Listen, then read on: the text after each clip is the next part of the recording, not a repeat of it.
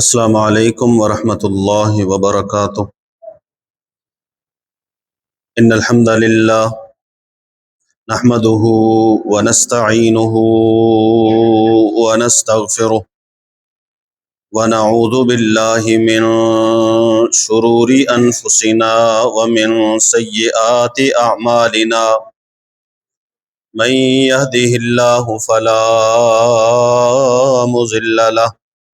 ومن يضلله فلا هادي له اشهد ان لا اله الا الله وحده لا شريك له واشهد ان محمدا عبده ورسوله يا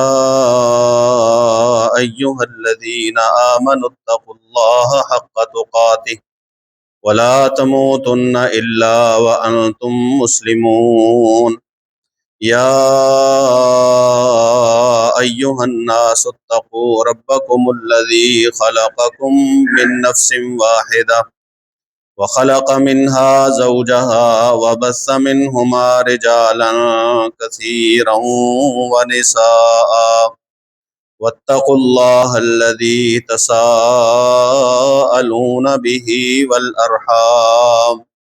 إن الله كان عليكم رقيبا يا أيها الذين آمنوا اتقوا الله وقولوا قولا سديدا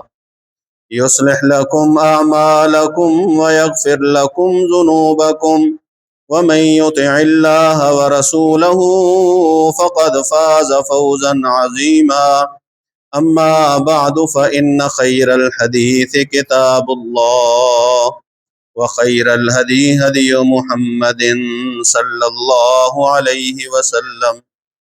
وشر الأمور محدثاتها وكل محدثة بدعة وكل بدعة ضلالة وكل ضلالة في النار إن الله وملائكته يصلون على النبي يا أيها الذين آمنوا صلوا عليه وسلموا تسليما اللهم صل على محمد وعلى آل محمد كما صليت على إبراهيم وعلى آل إبراهيم إنك حميد مجيد اللهم بارك على محمد وعلى آل محمد كما باركت على إبراهيم وعلى آل إبراهيم إنك حميد مجيد أعوذ بالله السميع العليم من الشيطان الرجيم من همزه ونفخه ونفثه بسم الله الرحمن الرحيم ولو ترى إذ الظالمون في غمرات الموت والملائكة باسطوا أيديهم أخرجوا أنفسكم اليوم تجزون عذاب الهون بما كنتم تقولون على الله غير الحق وكنتم عن آياته تستكبرون ولقد جئتمونا فرادا كما خلقناكم أول مرة وتركتم ما خولناكم وراء ظهوركم وما نرى معكم شفعاءكم الذين زعمتم أنهم فيكم شركاء لقد تقطع بينكم وضل عنكم ما كنتم تزعمون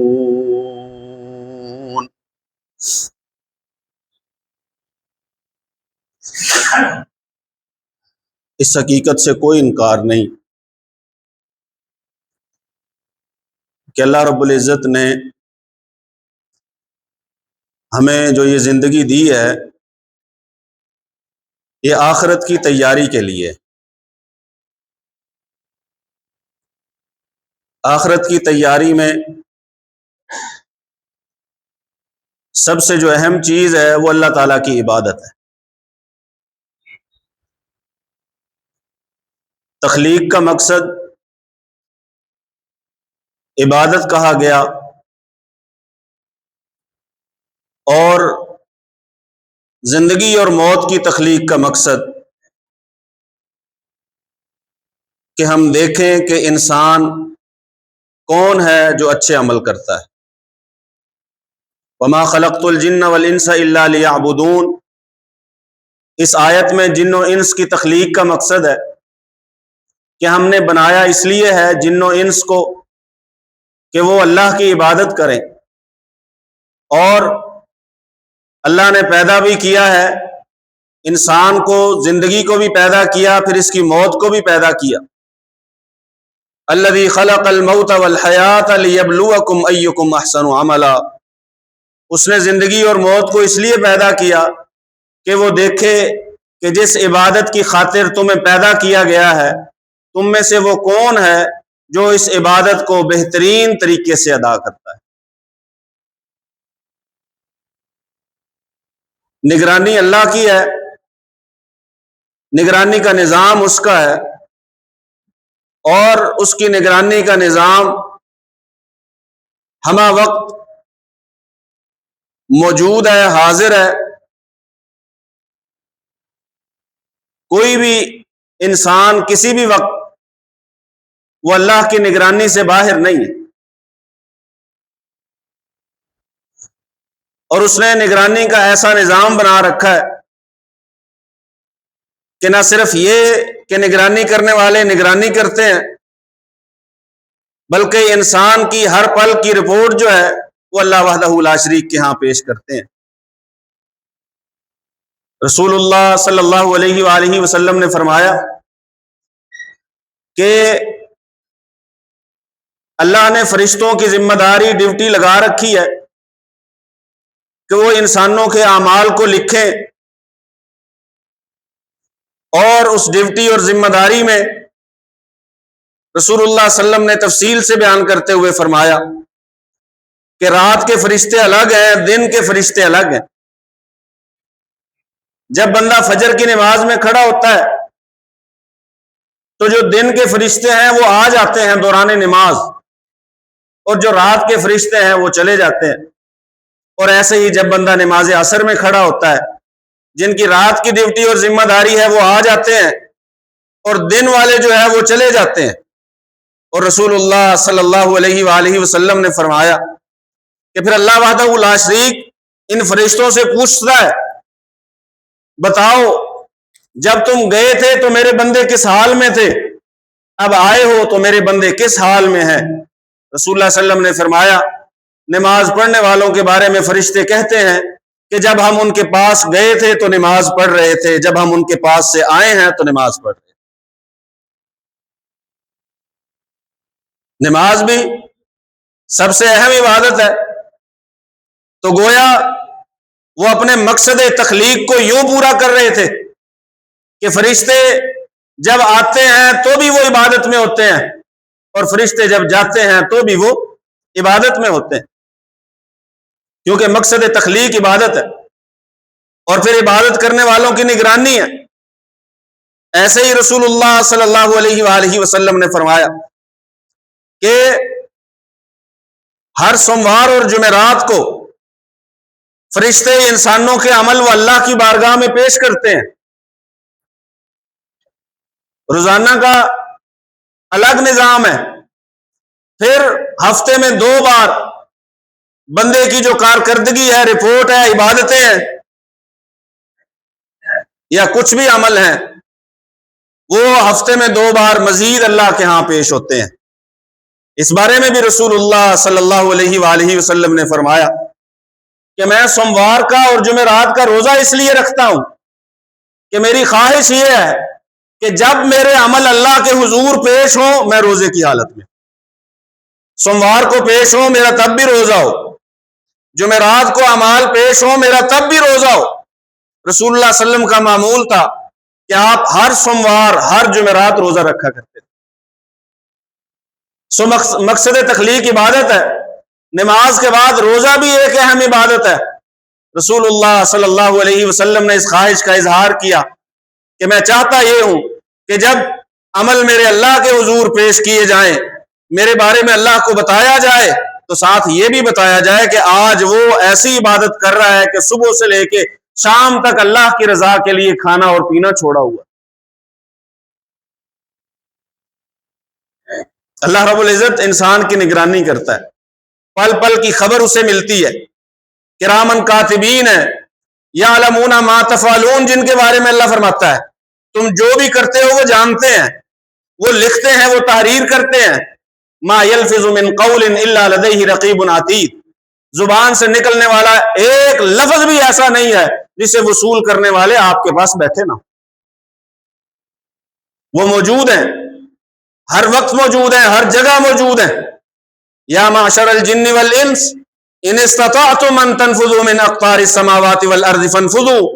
لا تنفذون الا بسلطان۔ اللہ وحدہ لا شریک فرماتے ہیں اگر اللہ کی نگرانی سے نکلنے کی طاقت رکھتے ہو تو پھر ذرا زمین و آسمان کے کناروں سے باہر نکل جاؤ۔ لا تنفذون الا بسلطان، نہیں نکل سکتے، اختیار ہوگا تو نکلو گے، اور زمین و آسمان کے کناروں سے باہر نکلنے کا اللہ نے کسی کو اختیار دیا نہیں ہے۔ لا تنفذون الا بسلطان، اگر زمین کے اوپر ہو، آسمان کے نیچے ہو، چاہے فضا میں ہو، پانیوں میں ہو، خشکی میں ہو، تری میں، سمندر میں، جہاں کہیں بھی ہو، تو اللہ وحدہ لا شریک کی جو نگرانی کا نظام ہے، جو پہرے داری ہے، وہ آپ کے اوپر ہے۔ پھر صرف یہی نہیں کہ اللہ نے لکھنے والے فرشتوں کو ساتھ مقرر کیا ہوا ہے، بلکہ اللہ وحدہ لا شریک فرماتے ہیں قیامت کے دن جب انسان کے بارے میں پوچھا جائے گا تو زمین سے بھی پوچھا جائے گا، زمین سے بھی پوچھا جائے گا۔ اللہ فرماتا ہے اذا زلزلت الارض زلزالها واخرجت الارض اثقالها وقال الانسان ما لها يومئذ تحدث اخبارها بان ربك اوحى لها۔ جب زمین کو بڑی سختی کے ساتھ ہلایا جائے گا، جھنجھوڑا جائے گا، اور زمین اپنے اندر جو کچھ موجود ہوگا وہ سارا کچھ نکال باہر پھینکے گی، انسان کہے گا اسے کیا ہو گیا ہے؟ اللہ فرماتے ہیں پھر اس دن یہ زمین اپنی ساری باتیں بتائے گی۔ یومئذ تحدث اخبارها بان ربک اوحی لها، بتائے گی کیوں؟ کیونکہ اس کے رب نے اسے ایسا کرنے کا حکم دیا۔ زمین بتائے گی، آپ جہاں چلتے ہو، جہاں جاتے ہو، جہاں قدم رکھتے ہو، جہاں سوتے ہو، جہاں بیٹھتے ہو، جہاں کام کرتے ہو، جہاں نماز پڑھتے ہو، جہاں بیٹھ کے غیبتیں کرتے ہو، ہر ایک جگہ وہ بندے کے بارے میں گواہی دے گی، بتا دے گی اللہ تعالیٰ کو بِأَنَّ رَبَّكَ أَوْحَىٰ لَهَا۔ یہ اللہ وحدہ لا شریک کے پیرے کا نظام ہے، نگرانی کا نظام۔ پھر ہو سکتا ہے کسی کے دل میں، ذہن میں یہ خیال آ جائے کہ فرشتوں کا لکھا ہوا، زمین کا بتایا ہوا، یہ تو اوروں کی میرے بارے میں گواہی ہے، ہو سکتا ہے اس بارے میں کہیں پہ نرمی برتی جائے یا کہیں پہ ان کو جھوٹا سمجھ کے میری بات کو سچا سمجھا جائے، تو اللہ وحدہ لا شریک بندے کے اس شک کو بھی دور کر دیتے ہیں۔ قرآن مجید کہتا ہے کہ جس دن ہمارے پاس پیش ہوں گے الیوم نختم علی افواہہم، انسان سے جب اس کے اعمال کے بارے میں پوچھا جائے گا، زبان سے جھوٹ بولنے کی کوشش کرے گا، جھوٹ بولنے کی کوشش کرے گا، غلط بتانے کی کوشش کرے گا، اپنے آپ کو بچانے کی کوشش کرے گا۔ اللہ وحدہ لا شریک فرماتے ہیں سورہ یاسین میں الیوم نختم علی افواہہم، کہ منہ کے اوپر تو ہم تالا لگا دیں، زبان نہیں چلنے دی جائے گی۔ وَتُكَلِّمُنَا أَيْدِيهِمْ وَتَشْهَدُ أَرْجُلُهُمْ بِمَا كَانُوا يَكْسِبُونَ، اگر زبان نہیں چلنے دی جائے گی تو اللہ بندے سے گفتگو کیسے کرے گا؟ اللہ فرماتے ہیں پھر ہم سے بندے کے ہاتھ بولیں گے، ہاتھ بولیں گے، اور بندے کے پاؤں باتیں کریں گے، گواہی دیں گے۔ تکلمنا ایدیہم، ہم سے گفتگو کریں گے، ہم کلام ہوں گے بندے کے ہاتھ، جو جو بندے نے ان ہاتھوں کے ساتھ کیا ہوگا ہاتھ گواہی دیں گے۔ وتشہد ارجلہم، پیر گواہی دیں گے، ٹانگیں گواہی دیں گی، کہاں ان کے ساتھ چل کے گیا ہے، ہاتھوں کے ساتھ کیا کیا ہے، ہاتھوں سے کیا پکڑا ہے، آنکھوں سے کیا دیکھا ہے، کانوں سے کیا سنا ہے، پاؤں سے چل کے کدھر گیا ہے۔ اللہ وحدہ لا شریک قرآن مجید میں دوسری جگہ فرماتے ہیں کہ جب یہ ساری چیزیں بندے کے خلاف گواہی دیں گی تو بندہ انہیں کہے گا، وہاں اللہ فرماتے ہیں ان کے جو چمڑے ہیں، ان کی جلد بھی ان کے خلاف گواہی دے گی۔ وہ کہیں گے وقالوا لجلودہم لما شہدتم علینا، اپنی جلد سے، اپنے چمڑے سے کہیں گے ہمارا چمڑا ہمارے ہی خلاف گواہی کیوں، لما شہدتم علینا، ہمارے خلاف گواہی کیوں دی؟ تیرا تو کام تھا میرے حق میں کھڑا ہوتا، تو میرے جسم کا ٹکڑا ہے، تو میرا ہاتھ ہے، پاؤں ہے، میرا چمڑا ہے، میری جلد ہے، میری آنکھ ہے، میرے کان ہے، تمہارا کام تھا میرے حق میں کھڑے ہوتے، لما شہدتم علینا،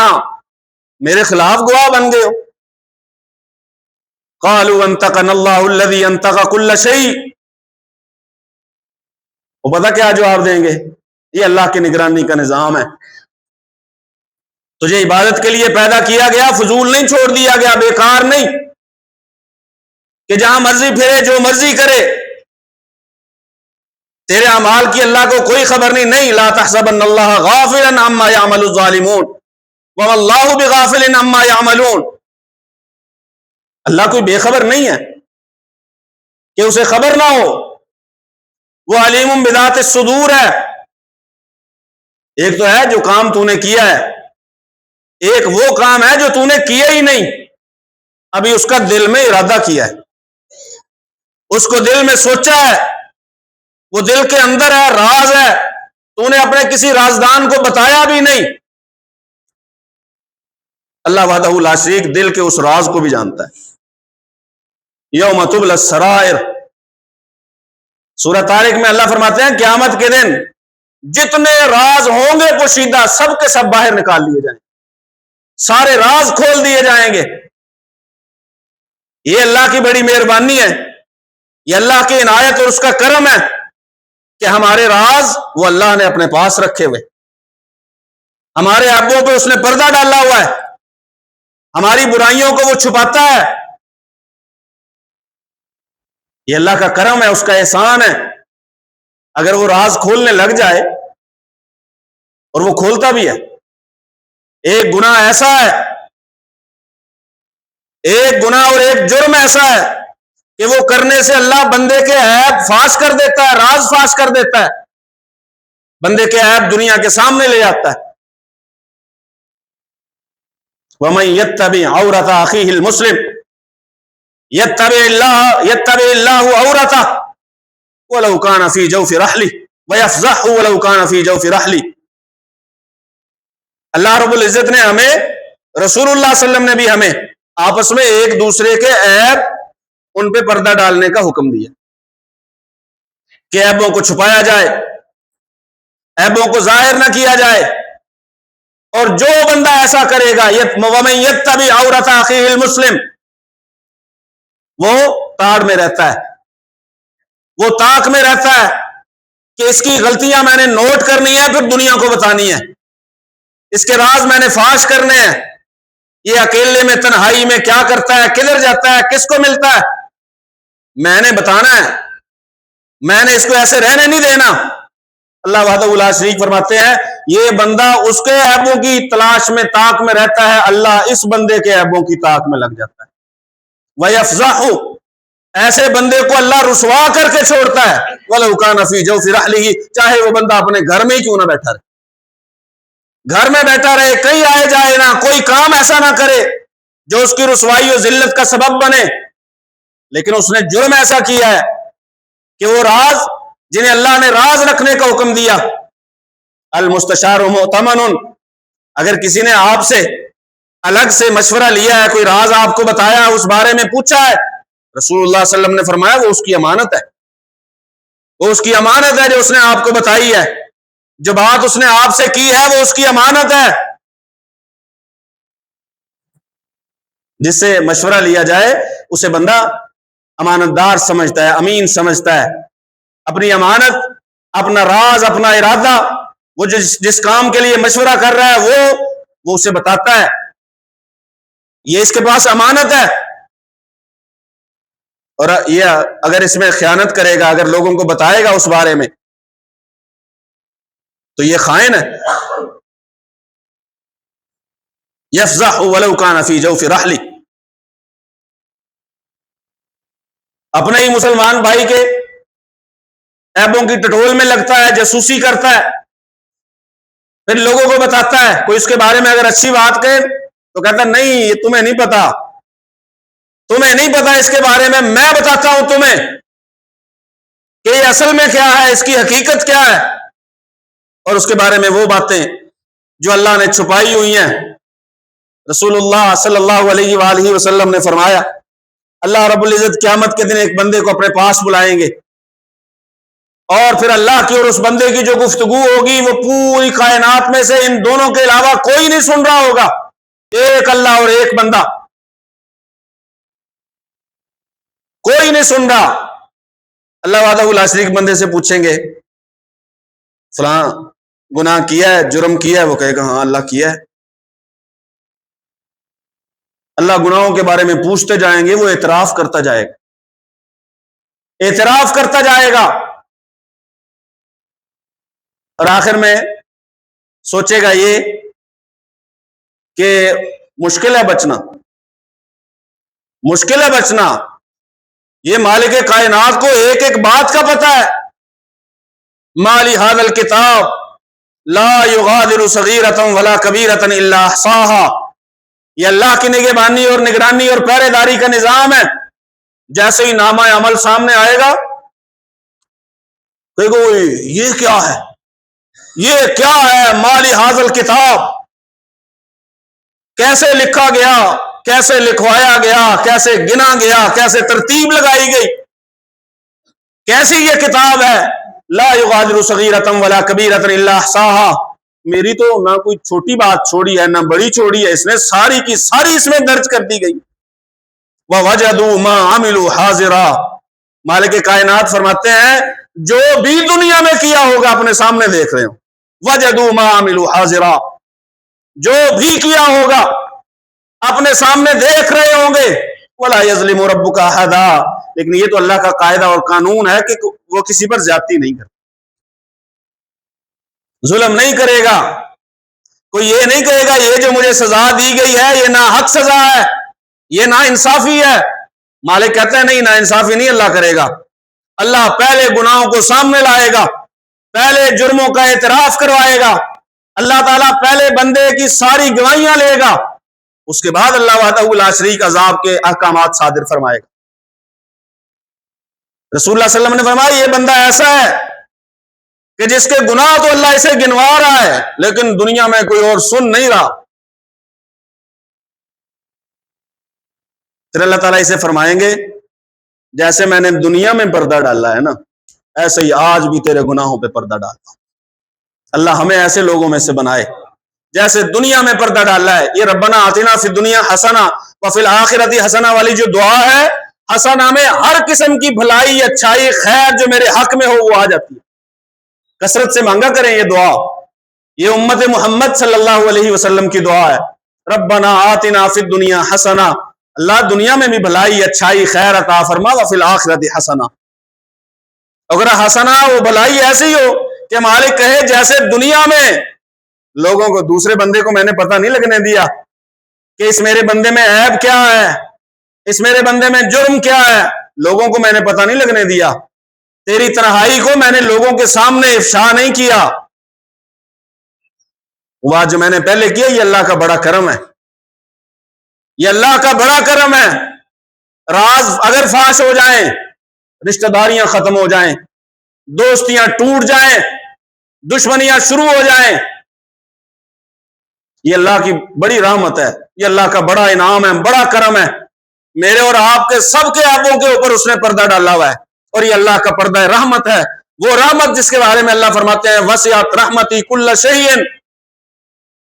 ورحمتی وسعت کل شیء، کہ جتنی مرضی وسیع چیزیں ہیں کائنات میں یا کائنات سے باہر، ہر ایک چیز سے وسیع وہ اللہ کی رحمت ہے۔ یہ اسی رحمت کا ایک حصہ ہے کہ اس نے عیب کے اوپر، راز کے اوپر، پوشیدہ باتوں کے اوپر، تنہائیوں کے اوپر ہماری پردہ ڈالا ہوا ہے۔